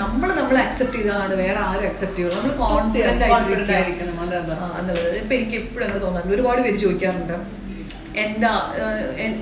എങ്ങനെയാ നിങ്ങൾ ബ്യൂട്ടി മെയിൻറ്റെയിൻ ചെയ്യുന്നത്? ഞാൻ അത്ര വലിയ ബ്യൂട്ടിഫുൾ ആയിട്ടുള്ള ഒരാളാണ്, ഞാൻ വളരെ നോർമൽ ആയിട്ടുള്ളൊരു ആളാണ്. അപ്പം സ്ക്രീനിൽ വരുമ്പോൾ നമുക്ക് നമ്മുടെ സ്കിൻ ടോണിന്റെ പ്രശ്നങ്ങൾ ഉണ്ടായിരിക്കും, എല്ലായിടത്തും ഒരേ കളറായിരിക്കും. സ്ക്രീനിലൊക്കെ വരുമ്പോൾ ഇറ്റ് മാറ്റേഴ്സ്. അപ്പൊ നമുക്ക് മേക്കപ്പ് ഇടേണ്ടി വരും. മേക്കപ്പ് ഇടുന്ന ആൾക്കാരെ ഇവിടൊക്കെ ഫുള്ള് മേക്കപ്പ് ആണല്ലോ, കമോൺ മേക്കപ്പ് ഇട്ടില്ലെന്നുണ്ടെങ്കിൽ നാളെ നിങ്ങൾ പറയും ഇതിന് അധികം ദിവസം ഈ ഷോയിൽ വേണ്ടാട്ടോ എന്ന് പറയാം. അപ്പൊ വി ഹാവ് ടു കമ്പൽസറി ആയതുകൊണ്ടാണ്. ഞാനല്ലാണ്ട് എൻ്റെ ഒരു പേഴ്സണൽ വീഡിയോയിൽ പോലും ഞാനിപ്പോഴും ലൈവ് ഒക്കെ വരുമ്പോൾ ഞാൻ ഇതേ ഓളത്തിലാണ് വരാറുള്ളത്. എന്റെ കേളി ഹെയർ ആണ്, ഞാൻ ഇങ്ങനെ തന്നെ വരാറുള്ളത്. പക്ഷെ ഷോയിൽ നമുക്കത് പറ്റില്ല. നമ്മളെ അക്സെപ്റ്റ് ചെയ്യുക, നമ്മൾ അഡ്മിറ്റ് ചെയ്യുക എന്നുള്ളതാണ്. ഞാൻ ഇങ്ങനെയാണ് and I am confident about that എന്ന് വിചാരിക്കുന്നത് ഒരു വലിയ കാര്യമാണ്. അപ്പൊ നിങ്ങൾ അറിയാണ്ട് പോലെ ആണെങ്കിൽ പോലും ഇപ്പൊ ഒരു ഒക്കേഷൻ, ഇപ്പൊ കല്യാണത്തിന് ആരെങ്കിലും പോവാണെന്നുണ്ടെങ്കിൽ ഫസ്റ്റ് ഭയങ്കര വണ്ണം വെച്ചു അല്ലെങ്കിൽ അങ്ങനെ ക്ഷീണിച്ചു പോയല്ലോ, ഒരാളെ ആദ്യം പ്രകടിപ്പിക്കുന്ന അവര് ശരിക്കും ഇപ്പൊ ഒരു ഇളയമയോ അല്ലെങ്കിൽ അവര് കൺസേൺ കൊണ്ടൊക്കെ പറയുന്നില്ല, അപ്പൊ എന്റെ മോളത്തിൽ ക്ഷീണിച്ചു പോയി. പക്ഷെ ആ ക്ഷീണിച്ചു പോകണമെന്ന് നമ്മൾ ആഗ്രഹിക്കാത്തൊരു കേൾക്കാൻ ആഗ്രഹിക്കാത്തൊരു കമന്റ് ആണെങ്കിൽ അത് ഭയങ്കര ബുദ്ധിമുട്ട്. അല്ലെങ്കിൽ തടിച്ചു പോയല്ലോ, നമുക്കറിയാം ഇതിന് തടിയുണ്ടെന്ന്, ഇപ്പൊ എന്തിനാ അങ്ങനെ പറയേണ്ട ആവശ്യമില്ല. എന്തിനാ അപ്പൊ അത് പറഞ്ഞിട്ടുണ്ടെങ്കിൽ ആ കുട്ടിക്ക് ഉണ്ടാവുന്ന ഒരു ഫീലിംഗ് നിങ്ങൾക്ക് ചിലപ്പോൾ മനസ്സിലായത് വരില്ല. ഇപ്പൊ മെലിഞ്ഞ് സുന്ദരി ആയിട്ടുണ്ടല്ലോ എന്ന് പറയുന്നത് പോലെയല്ല, ഇതെന്താ ഇങ്ങനെ ആകെ ഓലം കെട്ടല്ലോ എന്ന് പറയുമ്പോൾ തകർന്ന് നമ്മൾ എത്ര ദിവസം ഡയറ്റ് ഒക്കെ ചെയ്തു. എന്റെ മോനുണ്ടല്ലോ ദുബായിൽ നിന്ന് വരുന്ന, അപ്പൊ ഇവിടെ വരുമ്പോ കാലാവസ്ഥയോടുകൂടി ഒന്ന് ഇണങ്ങാൻ വേണ്ടി കുറച്ച് സമയം പിടിക്കുമല്ലോ. അപ്പൊ അവിടെ നിന്ന് വരുന്ന സ്കിൻ ടോൺ ആയിരിക്കില്ല ഇവിടെ വരുന്നത്. അപ്പൊ കുറച്ചൊന്ന് ഇരുണ്ട് കഴിഞ്ഞിട്ടുണ്ടെങ്കിൽ ഇപ്പൊ ആരും റിലേറ്റീവ്സിന് വീട്ടിൽ ഞാൻ കറുത്ത് പോയല്ലോ കൊച്ച്, ഞങ്ങൾ മെലിഞ്ഞ് പോയി. അപ്പൊ അതവന് ഇഷ്ടമല്ല, എനിക്ക് ഇഷ്ടമല്ല റിലേറ്റീവ്സിന്റെ വീട്ടിൽ പോകാൻ. കാരണം കിട്ടുന്ന കോംപ്ലിമെന്റ് ഇങ്ങനെയാണ്, കോംപ്ലിമെന്റ് അല്ല ഇങ്ങനെയാണ്. പത്മ കണ്ടില്ലേ, പത്മ ഇങ്ങനെ പെൻസിൽ പോലെ ഇരിക്കണം. അവളുടെ ബോഡി നേച്ചർ അങ്ങനെ, അവള് ഉണ്ടായ സമയം തൊട്ട് അങ്ങനെയാ. അപ്പൊ നമ്മള് അത് അക്സെപ്റ്റ് ചെയ്യാം. ഫുഡ് കഴിക്കാൻ പൊതുവെ മടിയാണ്. ഹെൽത്തി ആയിരുന്നാൽ മതി, അല്ലാണ്ട് ഒരുപാട് വണ്ണം വെക്കണം എന്നൊരു നിർബന്ധമില്ല. ഹെൽത്തി ആയിരിക്കുന്ന മാത്രം മതി. അവളെ കാണുന്നവരൊക്കെ എന്റെ അടുത്ത് പറയും, എന്റെ അടുത്ത് പേഴ്സണലി ആൾക്കാർ മെസ്സേജ് അയക്കും, നിങ്ങൾ ഇങ്ങനെ സെലിബ്രേറ്റ് ആയിട്ടാണ് അപ്പൊ വല്ലപ്പോഴും ആ കൊച്ചിനെയും കൂടെ നോക്കുന്നത്. അതൊരു അമ്മയോട് പറഞ്ഞിട്ട് കാര്യമില്ലോ. ഞാൻ പറയാം, ഞാൻ മാസത്തിൽ 4-5 ദിവസം മാത്രം വർക്ക് ചെയ്തിട്ട് മാക്സിമം പോയ 10 ദിവസം, അതും ഇങ്ങനെ ഇടയ്ക്കിടയ്ക്കായിട്ട് 10 ദിവസം വർക്ക് ചെയ്തിട്ട് ബാക്കിയുള്ള ദിവസം ഒക്കെ വീട്ടിലിരിക്കുന്നത്. ഫുൾ ടൈം ഇൻസ്റ്റയിലൊക്കെ നമ്മൾ എപ്പോഴും അപ്ഡേറ്റ് ചെയ്ത് ഇങ്ങനെ നിൽക്കുമ്പോൾ എല്ലാ ദിവസവും ഷൂട്ടിലാണ്, എല്ലാ ദിവസവും ട്രാവൽ ആണെന്നൊക്കെ വിചാരം. ഞാനിവിടെ കൊച്ചിയിൽ തന്നെ എവിടെയെങ്കിലും ഷൂട്ടിന് പോയി രാത്രി തിരിച്ച് വീട്ടിൽ തന്നെ വരും. എല്ലാ ദിവസവും വീട്ടിലുണ്ട്, ഓഫീസിൽ ജോലിക്ക് പോണ പോലെ തന്നെ. വരുമ്പോ രാത്രി ആകും എന്നുള്ളതുള്ളൂ. അത് ഷൂട്ടുള്ള ദിവസങ്ങളിൽ, അല്ലാത്ത ദിവസമൊക്കെ ഞാനിവിടെ വീട്ടിലുണ്ട്. അപ്പൊ അവളുടെ കൂടെ അമ്മമാർക്ക് അത് എത്രമാത്രം വിഷമമുണ്ടാവും പറ്റി പറയുന്നത്. എനിക്ക് മെസ്സേജ് വരാറ്, ചേച്ചി എന്റെ കുട്ടി ഭയങ്കര മെലിഞ്ഞിട്ടാണ്, എങ്ങനെ കുഞ്ഞിന് അങ്ങനെ ഒന്നും അങ്ങനെ വിചാരിക്കാൻ വേണ്ട. കുഞ്ഞ് ആരോഗ്യമായിട്ടിരിക്കുന്നുണ്ടോ, നല്ല ആവശ്യത്തിന് ഫുഡ് കഴിക്കുന്നുണ്ടോ, അത് മാത്രം നോക്കി. അതിൽ കുറെ ഇങ്ങനെ എന്താ പറയാ വിശപ്പ് ഉണ്ടാക്കാനോ അല്ലെങ്കിൽ വണ്ണം വെക്കാന്ന് പറഞ്ഞ് ഇപ്പൊ കൊടുത്തു കഴിഞ്ഞാൽ അവസാനം ഇപ്പോഴല്ല അതിന്റെ ഇതൊരു റിസൾട്ട് വരിക. കുറച്ച് കഴിയുമ്പോൾ അതെല്ലാം കൂടി അങ്ങോട്ട് കുറച്ച് അപ്പൊ പറയാം മെലിയാൻ വേണ്ടി എന്തെങ്കിലും. അപ്പൊ ആവശ്യം നമ്മൾ എങ്ങനെയാ പോകണം അതുപോലെ ചെയ്യുക. ഒരുപാട് കോൺഷ്യസ് ആവാതിരിക്കുക. ഇതേപോലെ തന്നെ എന്തെങ്കിലും കമന്റ് പറയുമ്പോൾ ഒന്ന് ശ്രദ്ധിക്കുക. അപ്പൊ അതാണ് നമുക്ക് തോന്നിയിട്ടുള്ള ഒരു കാര്യം. ഇന്നലെ നമ്മളിങ്ങനെ വർത്താനം പറഞ്ഞു വന്നപ്പം കോമൺ ആയിട്ടുള്ള കുറെ കാര്യങ്ങൾ എല്ലാവരോടും കൂടെ പറയാൻ പറ്റുന്ന ഒരു പ്ലാറ്റ്ഫോം ആണെങ്കിൽ പറയാലോ എന്ന് വിചാരിച്ചു. ഞാൻ പറയായിരുന്നു അശ്വതിയുടെ അടുത്ത്, ഇപ്പൊ അശ്വതിക്ക് യൂട്യൂബ് ചാനൽ ഉണ്ട് എന്ന് പറഞ്ഞേ. യൂട്യൂബ് ചാനൽ സ്റ്റാർട്ട് ചെയ്തിട്ടുള്ള ഞാൻ മോൾക്ക് വേണ്ടിയിട്ട് കഥകൾ പറഞ്ഞു കൊടുക്കാറുണ്ട്. അപ്പൊ ഈ ഒരു മദർ ചൈൽഡ് ബോണ്ടിങ് ഉണ്ടാവുന്ന കാര്യമല്ലോ. അപ്പൊ ഞാനിങ്ങനെ കുറെ കഥകൾ കേട്ടും വായിച്ചും ഒക്കെ വളർന്നിട്ടുള്ള ആളാണ്. അപ്പൊ എനിക്ക് കഥകൾ പറയാൻ ഇഷ്ടമുള്ളത് കൊണ്ട് ഞാൻ മോൾക്ക് വേണ്ടിയിട്ട് കഥകൾ പറഞ്ഞു തുടങ്ങിയതാണ്. അപ്പൊ ഞാൻ വിചാരിച്ചു ഈ ഒരുപാട് കുട്ടികൾക്കും കൂടെ അത് ഗുണമാണെങ്കിലും, ബിക്കോസ് നമ്മളൊരു കഥ കേൾക്കുന്നതും നമ്മളൊരു കാർട്ടൂൺ കാണുന്നതും നമ്മൾ ഒരുപാട് വ്യത്യാസമുണ്ട്. കഥ കേൾക്കുമ്പോൾ നമ്മൾ തന്നെ ഇമാജിൻ ചെയ്യാനുള്ള നമ്മുടെ എക്സ്പ്രഷൻസിനനുസരിച്ച് കുട്ടികളുടെ എക്സ്പ്രഷൻ വരും. അവർ ഇമാജിൻ ചെയ്യും. ഒരു വലിയ കാടെന്ന് പറയുമ്പോൾ അവർ ഇമാജിൻ ചെയ്യും. നമ്മൾ കാർട്ടൂൺ കാണുമ്പോൾ കാട് അവർ കണ്ടു, ഒരു പൂച്ച എന്ന് പറയുമ്പോൾ പൂച്ചയെ കണ്ടു. ലൈക്ക് നമ്മൾ ഇങ്ങനെയാണ് പൂച്ച എന്ന് പറഞ്ഞു കൊടുക്കുമ്പോൾ അവർ ഇമാജിൻ ചെയ്യുന്നതും ഓരോ രീതിയിലാണ്. സ്റ്റോറി ടെല്ലിംഗ് ആണ് ശരിക്കും അവരുടെ ആ ഒരു ഇമാജിനേഷനെയും ക്രിയേറ്റിവിറ്റിനെ ഒക്കെ ബൂസ്റ്റ് ചെയ്യണം. അപ്പം ആ ഒരു തോട്ട് വന്നതുകൊണ്ട് ഞാനും മോള് പത്മയും കൂടെ കൂടിയിട്ട് മിഠായി കഥകൾ എന്നുള്ള പേരിൽ ഒരു യൂട്യൂബ് ചാനൽ തുടങ്ങിയിട്ടുണ്ട്. അങ്ങനെ ഒരു 10 എപ്പിസോഡൊക്കെയാണ് ഇപ്പോൾ ചെയ്തിട്ടുള്ളൂ സ്റ്റോറീസ്. ഇപ്പം ഞങ്ങൾ സ്റ്റാർട്ടിങ്ങിൽ മറ്റേ പഞ്ചതന്ത്ര കഥകൾ, ജാതക കഥകൾ, അങ്ങനെ കോമൺ ആയിട്ടുള്ള സ്റ്റോറീസ് ഒക്കെ വെച്ചിട്ട് ഞങ്ങളൊരു ചെറിയൊരു അറ്റംപ്റ്റ് തുടങ്ങി വെച്ചിട്ടുണ്ട്. അപ്പൊ അത് കുറച്ചും കൂടെ എല്ലാവരും സപ്പോർട്ടൊക്കെ ചെയ്യുകയാണെങ്കിൽ നമ്മൾ കുറച്ചും കൂടെ വലുതായിട്ട് കഥ പറച്ചിൽ പ്ലാറ്റ്ഫോം ആക്കാമെന്ന് വിചാരിച്ചിട്ടാണ്. അതും എല്ലാവരും ചോദിക്കും കുട്ടികൾക്ക് മൊബൈൽ കൊടുക്കണ്ടേ, മൊബൈലിൽ വേണ്ട യൂട്യൂബ് കാണാമെന്ന്. പക്ഷെ അങ്ങനെയൊന്നുമില്ല, നമുക്ക് ടി വിയിൽ കണക്ട് ചെയ്താൽ മതി. ഇൻ ഫ്യൂച്ചർ നമ്മളത് സീരീസോ അങ്ങനെയുള്ള ടി വിയിൽ കണക്ട് ചെയ്യാവുന്ന വേർഷൻസിലേക്ക് മാറ്റുന്നതിനെ കുറിച്ച് ഇങ്ങനെ പ്ലാൻ ചെയ്യുന്നുണ്ട്. പിന്നെ മൊബൈൽ നമുക്ക് കംപ്ലീറ്റ് ആയിട്ട് പിള്ളേരുടെ അടുത്ത് സ്റ്റഡീസിന്റെ ഭാഗം തന്നെയാണ്. നമ്മളിപ്പോ ഐപാഡിലാണ് ബുക്സ് എല്ലാം ഇതിലോട്ട് അപ്ലോഡ് ചെയ്തിട്ട് ചെയ്യാം. അപ്പൊ ഞാൻ പറയാം, അവരെന്തെങ്കിലും നല്ല കാര്യമൊക്കെ ചെയ്തു കഴിയുമ്പോൾ ഒരു കോംപ്ലിമെന്റ് എന്നുള്ള രീതിയിൽ ഒരു സ്റ്റോറി കാണിച്ചു കൊടുക്കാം എന്ന് പറഞ്ഞിട്ട് നമ്മുടെ കയ്യിൽ വെച്ച് കാണിച്ചു കൊടുക്കാം. ഫോൺ അവരുടെ കയ്യിൽ കൊടുത്തിട്ടെന്നാ ആയിക്കോ എന്ന് പറഞ്ഞിട്ട് നമ്മളിങ്ങനെ പോകുന്ന കഴിഞ്ഞാലാണ് എന്റെ ഇഷ്ടം. അപ്പൊ എനിക്ക് പല കുട്ടികളുടെ കാര്യത്തിൽ എനിക്ക് അനുഭവമുള്ള കാര്യം, അപ്പൊ നമ്മൾ പാരന്റ്സ് സ്ട്രിക്റ്റ് ആവണം, പക്ഷെ ഓവർ സ്ട്രിക്റ്റ് ആവാൻ പാടില്ല. അത് അവരുടെ കുട്ടിക്കാലത്ത് നമ്മുടെ മനസ്സിൽ എന്താണെന്ന് ചില നോവുകളുണ്ടല്ലോ, ചില വേദനകളുണ്ടല്ലോ, അത് എത്ര വളർന്ന് വലുതായാലും അത് അവിടെ കിടക്കും.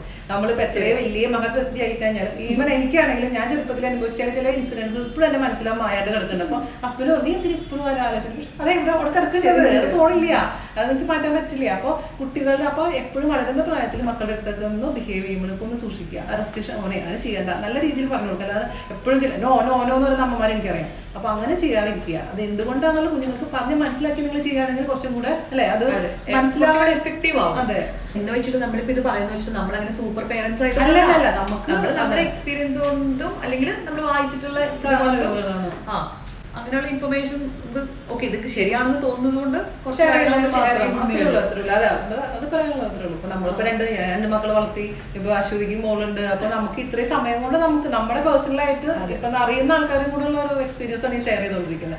അപ്പൊ എനിക്കിങ്ങനെ പറയുമല്ലോ അത്തുവിന്റെ കാര്യങ്ങൾ. അപ്പൊ ചേച്ചി എപ്പോഴും ഭയങ്കര പാമ്പറിങ് ആണല്ലോ. അപ്പൊ അതും എനിക്ക് പറയാൻ തോന്നിയിട്ടുള്ള ഒരു കാര്യമാണ് എപ്പോഴും. ഞാൻ ഒരു വീഡിയോയിൽ പറഞ്ഞിട്ടുണ്ട്, ഇവരെന്ന് പറഞ്ഞാൽ ഇപ്പൊ എന്റെ ഇളയ കുട്ടിക്ക് 8 വയസ്സായി. ഇനിയിപ്പോ ഒരു 2 വർഷമാണ് നമുക്ക് പാമ്പർ ചെയ്യാൻ പറ്റുള്ളൂ. അത് കഴിഞ്ഞ് അവർ എന്താ പറയാ ഒരു ആ ഒരു രീതിയിൽ കുറച്ച് ടീനേജ് ആയി പോകും. പിന്നെ അമ്മമാരോടുള്ള അറ്റാച്ച്മെന്റ് ഒക്കെ ഒരു ലിമിറ്റ് വരും. അപ്പോൾ നമുക്ക് കളിപ്പിക്കാൻ പറ്റുന്ന അല്ലെങ്കിൽ കൊഞ്ചിക്കാൻ പറ്റുന്ന പ്രായത്തിൽ നമ്മൾ അത്യാവശ്യം സ്നേഹിച്ച് കൊഞ്ചിക്കുന്നോട് ഒരു വിരോധമില്ലാന്ന് എനിക്ക് തോന്നിയിട്ടില്ല അല്ലെ. അപ്പൊ അവിടെ ഭയങ്കര സീരിയസ് അമ്മയായിട്ടിരുന്നിട്ട് അവരെന്താ വിചാരിക്കപ്പോ അമ്മയ്ക്കെന്നോട് എക്സ്പ്രസ് ചെയ്യേണ്ട സമയത്ത് നമ്മൾ എക്സ്പ്രസ് ചെയ്യണമെന്നാണ് എനിക്ക് തോന്നിയിട്ടുള്ളത്. ആ സ്നേഹം എന്ന് പറയുന്ന സംഭവം അങ്ങനെയാണ്. നമ്മൾ എക്സ്പ്രസ് ചെയ്യാണ്ടിരുന്നിട്ടുണ്ടെങ്കിൽ ഉള്ളിൽ എത്ര സ്നേഹമുണ്ട്, എത്ര കരുതലുണ്ടെന്ന് പറഞ്ഞിട്ട് ഒരു കാര്യമില്ല പറയണ്ടേ അല്ലെ. ഒരുപാട് നമുക്കിപ്പോ ചില റിലേഷൻസ് നഷ്ടപ്പെട്ട് കഴിഞ്ഞിട്ട് ഷോ എനിക്കത് പറയാമായിരുന്നു അല്ലെങ്കിൽ എക്സ്പ്രസ് ചെയ്യാമായിരുന്നു എന്ന് പറഞ്ഞിട്ട് പിന്നെ സഫർ അല്ല വിഷമിച്ചിട്ട് കാര്യമില്ലല്ലോ. അങ്ങനെ ഉള്ള സമയത്ത് അങ്ങ് പറയും. ഞാൻ എപ്പോഴും ചേട്ടൻ്റെ അടുത്ത് പറയുന്ന ഒരു കാര്യമാണ്, ഉള്ളതൊക്കെ കാണിക്കുക. എനിക്കറിയാം ചേട്ടന്റെ സ്വഭാവം, ചേട്ടൻ ഉള്ളത് അറിയാം സ്നേഹമാണ്, പക്ഷെ അത് പുറത്ത് കാണിക്കില്ല. അതുപോലെ എന്റെ അമ്മ ചെറുപ്പത്തിൽ അങ്ങനെയായിരുന്നു. അമ്മ സ്ട്രിക്റ്റ് ആണ്, അമ്മക്ക് ഭയങ്കര സ്നേഹം, ഭയങ്കര പോസിറ്റീവ്നെസ് ആണ്, ഒറ്റ മോളാണല്ലോ. അപ്പോ അമ്മ പക്ഷെ അതങ്ങ് കാണിക്കില്ല. പക്ഷെ നമുക്ക് ആ സമയത്ത് അമ്മയുടെ എക്സ്പ്രസ് ചെയ്യണമായിരുന്നു. എന്റെ അമ്മയ്ക്ക് എന്നോട് സ്നേഹം ഉണ്ടെന്ന് എനിക്കിപ്പം അറിയാം. പക്ഷെ അന്നത്തെ കാലത്ത് എന്റെ അമ്മ ഒരു മനസ്സിലായില്ലേ. പക്ഷെ അതേസമയം നമ്മൾ അമ്മായിമാരൊക്കെ കാണുമ്പോൾ എന്തൊരു ഇതായിട്ടാണ് നമ്മുടെ അടുത്ത് കുഞ്ഞുമോളെ എന്നൊക്കെ നമ്മൾ എടുക്കലും. അപ്പൊ എനിക്ക് ആ സമയത്ത് അമ്മായി മദ്രാസിൽ നിന്ന് വരുമായിരുന്നു, അച്ഛന്റെ പെങ്ങള്. ഭയങ്കര ഇഷ്ടം അമ്മായിയുടെ അടുത്ത് അമ്മായി കഥ പറഞ്ഞു തരും. മനസ്സിലായോ?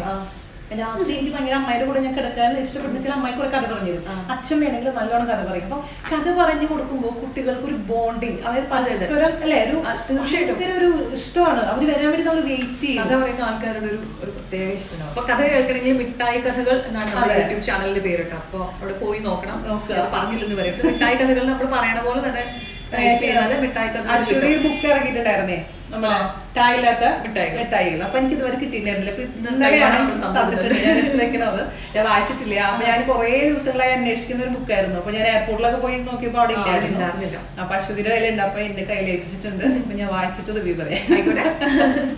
അല്ല, ഇങ്ങനെ എഴുതാനൊക്കെ കഴിവുള്ള ആൾക്കാർക്ക് അതില്ല, കഴിവുള്ള ആൾക്കാർ മനസ്സിലായി. അപ്പൊ ആ കഴിവ് ദൈവം തരുമ്പോ അത് നമ്മൾ കൂടുതലങ്ങ് എന്താ പറയാ പ്രയോഗിക്കുക. ഞാൻ അങ്ങനെയൊക്കെ പണ്ട് വിചാരിച്ചെന്ന് വെച്ചാൽ ഞാൻ എന്തെങ്കിലും ആയിക്കഴിഞ്ഞാൽ ഒരു എഴുത്തുകാരി ആവുന്നൊക്കെയാ പണ്ട് ഞാൻ വിചാരിച്ചത്. ഇങ്ങനെ വേറൊരു ഇതിലേക്ക് വിചാരിച്ചിട്ടേ ഇല്ല. ഇപ്പൊ കഥ എഴുതുന്നുണ്ട്, കവിത എഴുതുന്നുണ്ട്. അൾട്ടിമേറ്റ്ലി നമ്മൾ കൂടുതൽ ആവണം എന്ന് ആഗ്രഹിക്കുന്ന അല്ലെങ്കിൽ ചെയ്യണം എന്ന് ആഗ്രഹിക്കുന്നത് എഴുത്ത് തന്നെയാണ്. അതെ, എനിക്ക് എപ്പോഴും അതിലേക്ക് പോകാനാണ് കൂടുതൽ ഇഷ്ടം. റേഷൻ മേടിക്കണമല്ലോ എന്ന് വിചാരിച്ചിട്ട് ചെയ്യണതെല്ലാം ഞാൻ എൻജോയ് ചെയ്തിട്ടുണ്ട്. ഇപ്പൊ നമ്മളൊരു ജോബ് ചെയ്യുകയാണെന്നുണ്ടെങ്കിൽ അത് നമുക്കത് ചെയ്യണം, അത് നമുക്ക് അല്ലേ ഒരു ഏർണിംഗ്. പക്ഷെ അത് മാത്രമല്ല ബാക്കിയുള്ള കാര്യങ്ങളിൽ പശുതിയിൽ ഇൻവോൾവ് ആണല്ലോ, അത് മതി, അത്രേ ഉള്ളൂ. ഇപ്പൊ എന്താ പറയാ, അപ്പൊ ദൈവം തന്ന കഴിവുകൾ നമ്മളത് കുറെ എഴുതണം, കുറെ യാത്ര ചെയ്യണം, അങ്ങനെയുള്ള ചെറിയ ചെറിയ ആഗ്രഹങ്ങളൊക്കെ. നമ്മൾ ഈ ലോകം കണ്ടില്ലേ കാണുന്നതിന് മുമ്പ് നമ്മള് അല്ലെ അതെ പിന്നെ ആകെ ജീവിച്ചിരിക്കുന്നതിന്റെ ഏറ്റവും പോണ്ടേ. അതെ, ആരോഗ്യമുള്ള സമയത്ത് പോകണം. ഞാൻ പറയാം എനിക്ക് മുട്ടുവേദന കൈവേദന ദൈവം ഇപ്പഴേ ഇങ്ങനെ കുറച്ച് പ്രായമായി. അപ്പൊ ഇപ്പൊ മാക്സിമം ഞങ്ങൾ അതുകൊണ്ടാണ് പ്ലാൻ ചെയ്യുന്ന ട്രിപ്സ് ഒക്കെ. ഈ സ്റ്റെപ്പ് ഒക്കെ ഇപ്പോഴല്ലേ നമുക്ക് കയറാൻ പറ്റുള്ളൂ. അപ്പൊ ആ സമയത്ത് അല്ല 50 വയസ്സിൽ എനിക്ക് ആരോഗ്യം ഉണ്ടാവും, അത് വേറെ കാര്യം. പക്ഷെ നമുക്ക് ഇപ്പൊ പറ്റുന്ന സമയത്ത് പക്ഷെ ഇപ്രാവശ്യം ഞങ്ങൾ പോകാൻ പറ്റില്ലായതുകൊണ്ട് ഞങ്ങൾ ട്രിപ്സ് മുഴുവൻ ക്യാൻസൽ ചെയ്തു.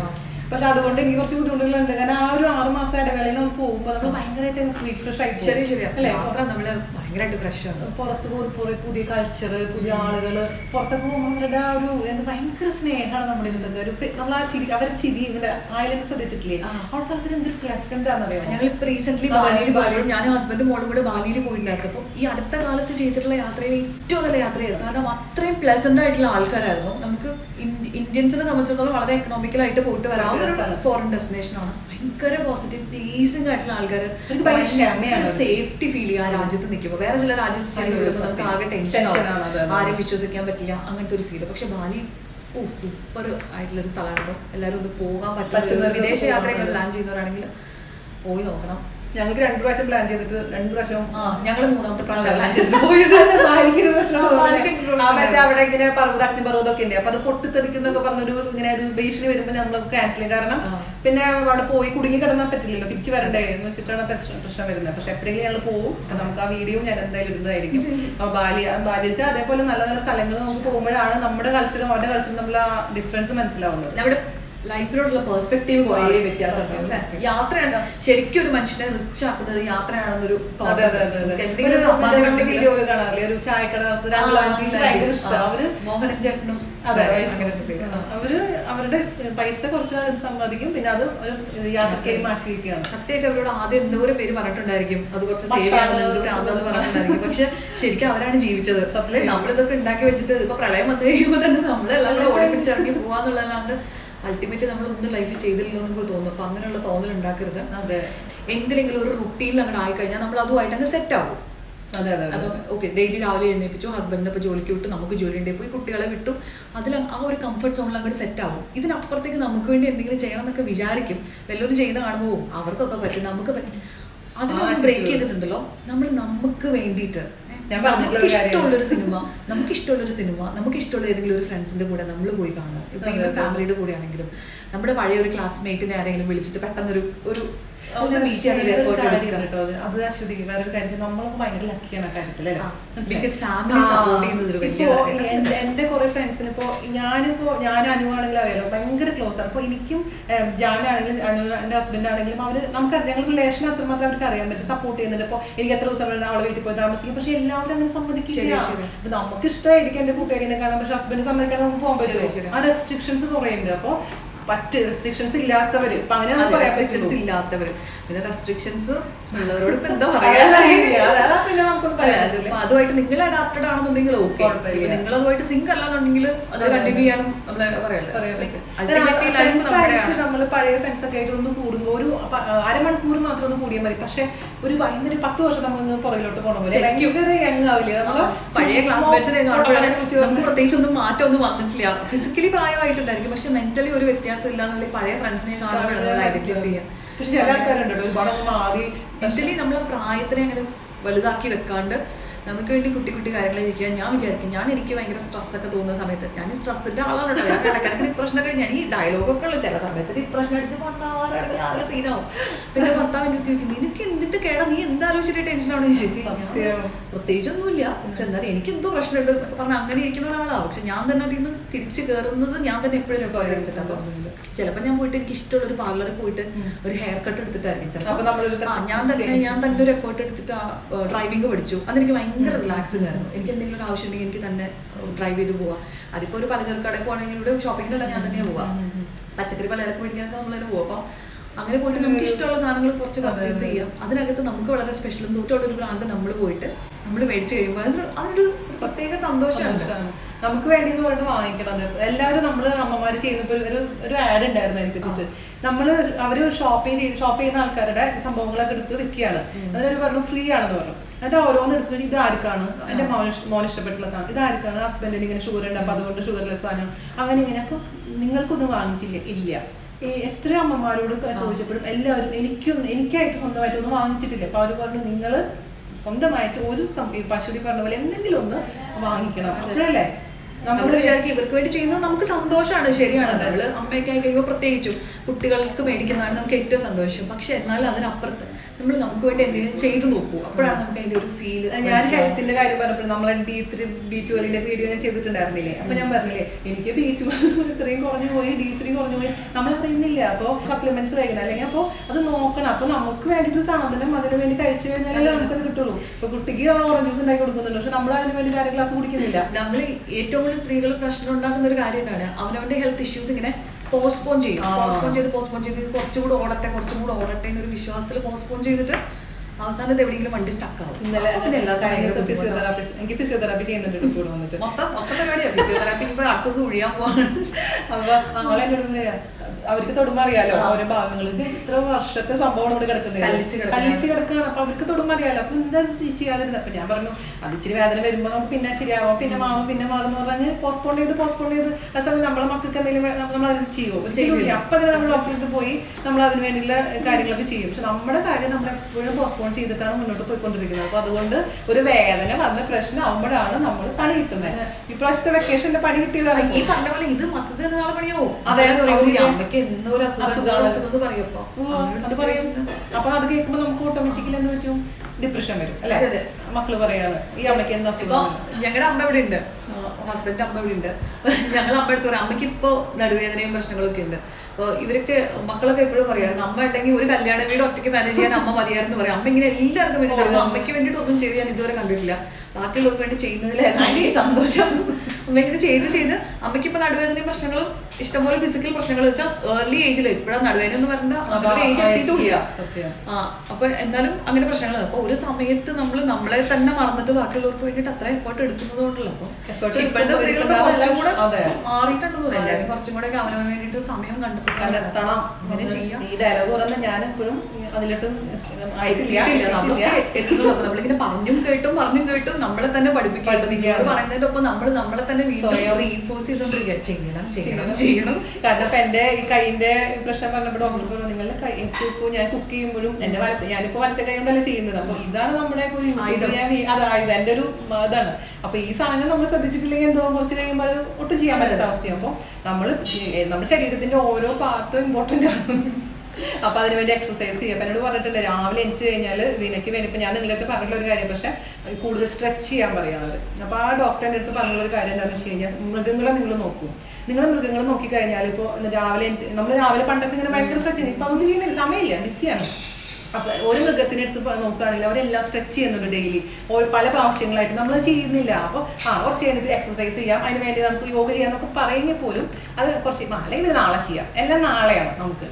അപ്പൊ നാളെ എന്ന് പോയി എന്ത് സംഭവിക്കുന്നു? നമ്മുടെ ശരീരത്തിൽ പല ഭാഗങ്ങളും വർക്കിംഗ് കണ്ടീഷൻ അല്ലാത്തൊരവസ്ഥയിൽ പൊയ്ക്കൊണ്ടിരിക്കും. പ്രത്യേകിച്ച് സ്ത്രീകൾക്ക്. ആണുങ്ങൾ കുറച്ചും കൂടെ ഒരു ഇല്ലേ കുറെ തോന്നുന്നു ഡെവലപ്പ് ആയി വരുന്ന സ്ത്രീകൾ തന്നെ അവരുടെ കാര്യം നമ്മൾ പുഷ് ചെയ്യുമല്ലോ. ഹസ്ബൻഡിന് ഇതാകുമ്പോൾ നിങ്ങൾ ചെയ്യുന്ന പറഞ്ഞിട്ട്. പക്ഷെ ഇപ്പൊ പുരുഷന്മാരും പുഷ് ചെയ്യാറുണ്ട് കേട്ടോ. എത്ര വണ്ണം കൂടി കഴിഞ്ഞാൽ ഒന്നും പറയും നീ എന്തെങ്കിലുമൊക്കെ ചെയ്യട്ടോ, വർക്കൗട്ട് ചെയ്യട്ടോ, നീ ഇങ്ങനെ ചോറുന്നത് ഇങ്ങനെ ആഘോഷമായിട്ട് നടക്കാതെ ശ്രദ്ധിക്കുക. കാരണം നമ്മൾ ഇത്രയും പബ്ലിക്കിൽ അപ്പിയർ ചെയ്യണം, ഇത് കാണിക്കണം എന്നൊക്കെ പറയും. അതല്ല അങ്ങനെയുണ്ട്. നിങ്ങൾക്ക് കുറച്ചും കൂടെ ഒരു പ്രഷർ വരുന്നുണ്ട്. എനിക്കാണെങ്കിൽ എല്ലാ നേരത്തും 3 നേരം ചോറ് തന്നാൽ അത്രയും സന്തോഷമുള്ള ആളാണ് ഞാൻ. പക്ഷെ ഫോഴ്സ്ഫുള്ളി നമ്മൾ അതിന്റെ ക്വാണ്ടിറ്റി ഒക്കെ കൺട്രോൾ ചെയ്ത് അല്ലെ നമ്മള് നോ പെയിൻ നോ ഗെയിൻ എന്നാണല്ലോ. നമുക്ക് ഇഷ്ടമുള്ള എന്തെങ്കിലുമൊക്കെ കോംപ്രമൈസ് ചെയ്താലാണ് നമുക്ക് ഇഷ്ടമുള്ള എന്തെങ്കിലുമൊക്കെ അച്ചീവ് ചെയ്യാൻ പറ്റും. ഞാൻ സ്വീറ്റ്സ് നാളെ അല്ല ഞാനും സ്വീറ്റ്സ് കഴിക്കില്ല. അപ്പോൾ ഭയങ്കര സ്ലിപ്പ് ഒന്നല്ല എങ്കിൽ പോലും എന്താ പറയാ സ്വീറ്റ്സ് കംപ്ലീറ്റ് അല്ലെങ്കിൽ പോലും മാക്സിമം ഒഴിവാക്കാൻ ശ്രമിക്കുക. അതേപോലെ തന്നെ ചോറ് കഴിക്കുമ്പോഴാണെങ്കിലൊക്കെ ഒരു കൺട്രോൾ അല്ലേ, കുറച്ച് കഴിക്കുക, കൂടുതൽ കറികൾ കഴിക്കുക, പ്രത്യേകിച്ചും പച്ചക്കറികളൊക്കെ കഴിക്കുമ്പോൾ അതിൻ്റെ എമൗണ്ട് കൂട്ടുക, ചോറിൻ്റെ എമൗണ്ട് കുറയ്ക്കുക. അങ്ങനെയൊക്കെ നിങ്ങൾ ശ്രദ്ധിക്കുകയാണെന്നുണ്ടെങ്കിൽ പിന്നെ ഈ പറഞ്ഞ പോലെ ഞാൻ ചെയ്യാൻ പോകുന്ന കാര്യങ്ങൾ, അതായത് എക്സസൈസ്, യോഗയൊക്കെ വീണ്ടും ഞാൻ ചെയ്യാൻ പോവാണ്. ആണോ? ഞാൻ കുറെ നാളായിട്ട് വിചാരിക്കുന്നുണ്ട് വർക്ക്ഔട്ട്സ് ഒക്കെ തുടങ്ങിയാലോ, സ്ട്രെച്ചിങ് ഒക്കെ ചെയ്യുന്നുണ്ട്. പക്ഷെ ഇതിലേക്ക് എത്തിയിട്ടില്ല, യോഗയിലേക്ക് എത്തിയില്ല. കുറെ നാളായിട്ട് എന്റെ ഭർത്താവ് കണ്ടിന്യൂസ് ആയിട്ട് പറയുന്നത് you have to do yoga ചെയ്യണം പറഞ്ഞുകൊണ്ടിരിക്കുന്നുണ്ട്. അപ്പൊ എന്റെ ഹസ്ബൻഡും ഈ പ്രാണായാമം പ്രോപ്പറായിട്ട് ചെയ്യുന്നുണ്ട്. പുള്ളി പറയുന്നത് ചെയ്യുന്ന പറയുന്നത്. എനിക്ക് കാരണം എനിക്ക് വ്യത്യാസം അറിയുന്നുണ്ട്. കാരണം ഞാൻ നടുവിന് പ്രകടനങ്ങളും മുമ്പായിട്ട് ഒരു 4 വർഷം ശ്രമിച്ചിട്ടാണ് കുഞ്ഞായത്. അപ്പോൾ ആ സമയത്ത് ഡോക്ടർക്ക് പോയിട്ട് 60 കിലോ ആയിരുന്നു ഞാൻ. അപ്പോൾ ആദ്യം ഡോക്ടർ എന്നോട് പറഞ്ഞു 5 കിലോ കുറയ്ക്കാനാണ് പറഞ്ഞത് ഫസ്റ്റ്. എന്നിട്ട് നിങ്ങൾ എൻ്റെ അടുത്ത് വന്നാൽ മതി, അതിന് മുമ്പായിട്ട് ഒരു ഒന്നുമില്ല, മെഡിസിൻ ഇല്ല പറഞ്ഞു. അപ്പോൾ ഹോമിയോ ഡോക്ടറായിരുന്നു. അങ്ങനെ എന്നോട് പറഞ്ഞപ്പോൾ ഞാനിങ്ങനെ പ്രാണായാമം അതൊക്കെ ചെയ്തപ്പോൾ 5 കിലോ ഞാൻ കുറഞ്ഞു. അപ്പൊ നമുക്കൊരു ഭയങ്കര ഒരു അത് കുറയുമ്പോൾ ഭയങ്കര ഒരു ആത്മവിശ്വാസം വരുമല്ലോ. അപ്പൊ എന്ത് പറ്റുമെന്ന് വെച്ച് കഴിഞ്ഞാൽ പ്രഗ്നൻസിക്ക് കൺസീവ് ചെയ്യാൻ ബുദ്ധിമുട്ടുണ്ടായില്ല.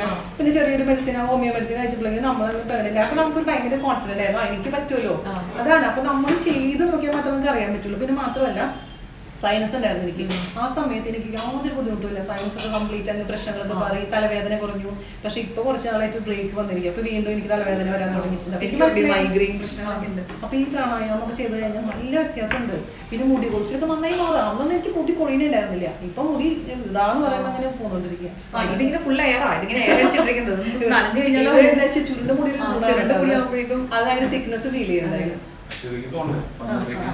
അപ്പൊ ഇവിടെ ചേട്ടൻ ഇവിടെ റിമൈൻഡർ. അപ്പൊ അതൊക്കെയാണ് വിശേഷങ്ങള്. അപ്പൊ വീണ്ടും നമുക്ക് അല്ലെ വേറെ ദിവസം ദുബായിൽ കൂടാം. ഞങ്ങൾ ഇനി അങ്ങോട്ട് വരുമ്പോ നമുക്ക് അവിടെ കൂടാനുള്ള പ്ലാൻ. അപ്പൊ എന്താ പറയാ, അശ്വതീനെ ഇങ്ങനെ പരിചയപ്പെടുത്തേണ്ട ആവശ്യമൊന്നുമില്ല. എന്നാലും നമ്മുടെ കറികളിൽ കൂടെ ഒന്ന് എത്താന്ന് വിചാരിച്ചു. അപ്പൊ എന്താ പറയാ, ഒരുപാട് അനിയത്തിയാണ്, വീട്ടിലാണ്.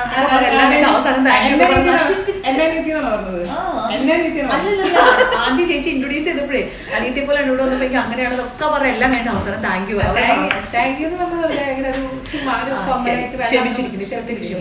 ഞാൻ ചെന്നനിയത്തിന്ന് വിളിച്ചു. അവീനെ വേണമെങ്കിൽ ഞാൻ അനിയ എന്നൊക്കെ വിളിക്കാം.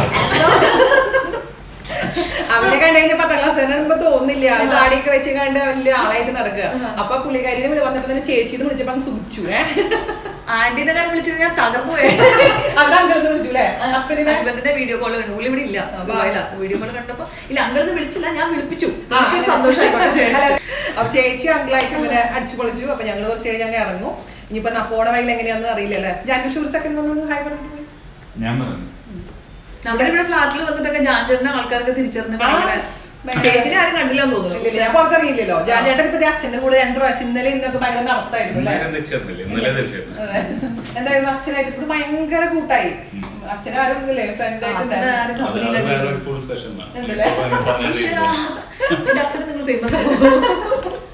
അപ്പൊ എന്തായാലും ഭയങ്കര രസമായിരുന്നു. എന്താ പറയുക, സമയം പോയി അറിഞ്ഞില്ല. എന്തായാലും ഒരുപാട് താങ്ക്സ്. ഞങ്ങൾ ഇത്രയേറെ ക്ഷമിച്ചതിന്.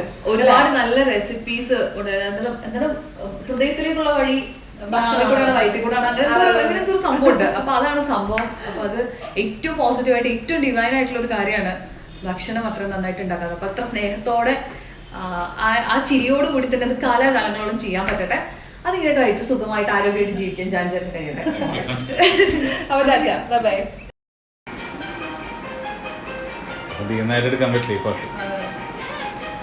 ബോറടിച്ചോ?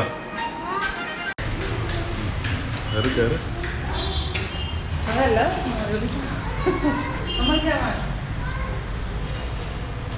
ഞങ്ങള് റെസ്റ്റോറന്റിലേക്ക് വന്നിരിക്കുകയാണ്. ആദ്യമായിട്ടാണ്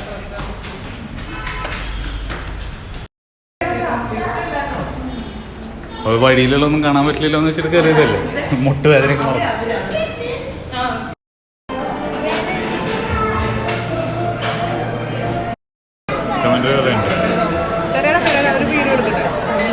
നമ്മള് ഓർഡർ ചെയ്തിരിക്കുന്ന സംഭവങ്ങളെല്ലാം വന്നിട്ട് കാണാൻ അടിപൊളിയായിട്ട് കഴിച്ചിട്ട് പറയാം കേട്ടോ ടേസ്റ്റ് എങ്ങനെ ഉണ്ടെന്നുള്ള കാര്യം. നന്ദു സ്പെഷ്യൽ അപ്പം, റോസ്റ്റ്, മുട്ടക്കറി, ബട്ടർ ചിക്കൻ, പിന്നെന്താ ഫിഷ്, ബട്ടർ നാൻ, കേരള പൊറോട്ട. കേരള പൊറോട്ട കൊടുത്തു. എന്താണ് പണി രാവിലെ തന്നെ? രാവിലെ പച്ചമയ്ക്ക് ബിരിയാണി പാസ്ത ഉണ്ടാക്കണം പറഞ്ഞിട്ട്. പിന്നെ എരിവൊന്നും ഇല്ലാത്ത പാസ്തയാണ്, അതുകൊണ്ട് പിന്നെ കുഴപ്പമില്ല, ഈസി ആയിട്ട് ഉണ്ടാക്കാൻ പറ്റും. ചീസും എരിവും ഒറിഗാനൊന്നും ഇല്ലാത്ത സിമ്പിൾ പാസ്ത ഉണ്ടാക്കിയിട്ടുണ്ട്. ബാക്കി നിനക്ക് വേണ്ടി ഞാൻ ഒരു ചില്ലി ഫ്ലെക്സ് ഇടാൻ പോകാം. സാധാരണ ഞാൻ ചെയ്യുന്ന പണിയാണ്. ഇപ്പം മാസ്റ്റർ ഷെഫ് പിന്നെ ഹാൻഡ് ഓവർ ചെയ്യണമല്ലോ, അതുകൊണ്ട് പത്മയ്ക്ക് പാസ്ത ഉണ്ടാക്കി ഏൽപ്പിച്ചിരിക്കുകയാണ്. അവിടെ എന്റെ വാക്ക് പാലിച്ചില്ല, അവളെ എന്റെ അടുത്ത് വരാന്ന് പറഞ്ഞതാ. പത്മ കണ്ടുപിടിക്കാൻ വരാന്ന് പറഞ്ഞാൽ പത്മ സമയത്ത് കരുന്നില്ല. കാല് പറയും. ആദ്യത്തെ അമ്മമ്മയുടെ അച്ഛമ്മയുടെ അടുത്ത് ഞാൻ കാല് കൊടുക്കാൻ പറഞ്ഞതാ. നമുക്ക് വീഡിയോയിൽ കാണിക്കണ്ട, അച്ഛമ്മനെ നൈറ്റിൽ കാണിക്കാൻ പറ്റില്ല. ഞങ്ങളിതേ ബ്രേക്ക്ഫാസ്റ്റ് കഴിക്കാൻ പോകുന്ന അടിപൊളിയായിട്ടുള്ള കടലക്കറി റെഡി ആയിട്ടുണ്ട്, പുട്ട് റെഡി ആയിട്ടുണ്ട്, 2 തരം പഴമുണ്ട്, പിള്ളേർക്ക് പാസ്ത റെഡി ആയിട്ടുണ്ട്. അപ്പൊ ഞങ്ങൾ കഴിക്കട്ടെ കേട്ടോ.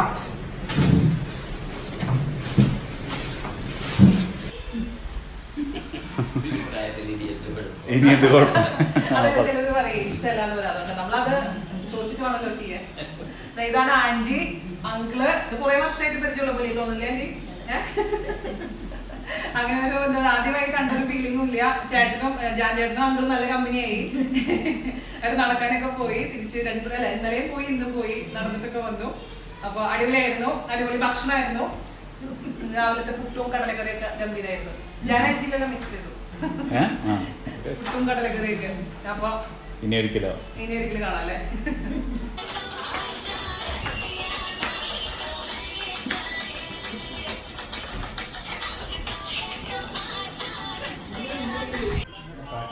കരിപ്പെട്ടി കാപ്പിയൊക്കെ ഉണ്ടാക്കി വെച്ചിട്ടുണ്ട് ആന്റി. ശർക്കര കാപ്പി അല്ല ചക്കര.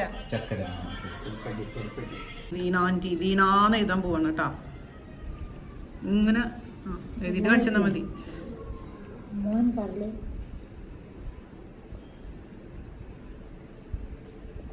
അത്ര വീണിയ കറക്റ്റ് ആയിട്ട് ഇവിടെ അത് വീണിയായി പോയി. വീണാന്ന് മതി, ഇത് മതി, ഇത് വേണ്ട, ഈ വള്ളി വേണ്ട. ഓക്കെ, ആ താങ്ക് യു. ഹായ് പറഞ്ഞേ. പത്മക്കുട്ടി നല്ല മിടുക്കി കുട്ടിയാണ് കേട്ടോ. നന്നായി. ഒരെണ്ണം ഏതെങ്കിലും ഒന്നും നന്നായി പോലെ.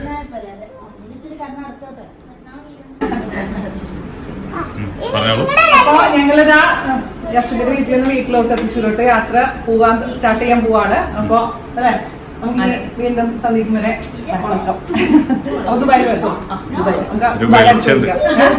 വെളിച്ചുണ്ടെന്ന് തലയുടെ ദിവ്യപ്രകാശം അതെങ്ങനെ വരുന്നുണ്ട്. അല്ലെ ചേട്ടന്മാരെ പോവാ നമുക്ക്. പത്മക്കുട്ടി ടാറ്റാ ബൈ. എനിക്ക് കാണാട്ടോ.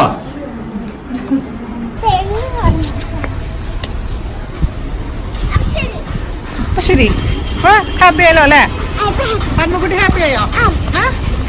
ഹാപ്പി ആണെന്ന് പറഞ്ഞേ. ഹാപ്പി ടാറ്റ കുട്ടി, ബൈ ബൈ.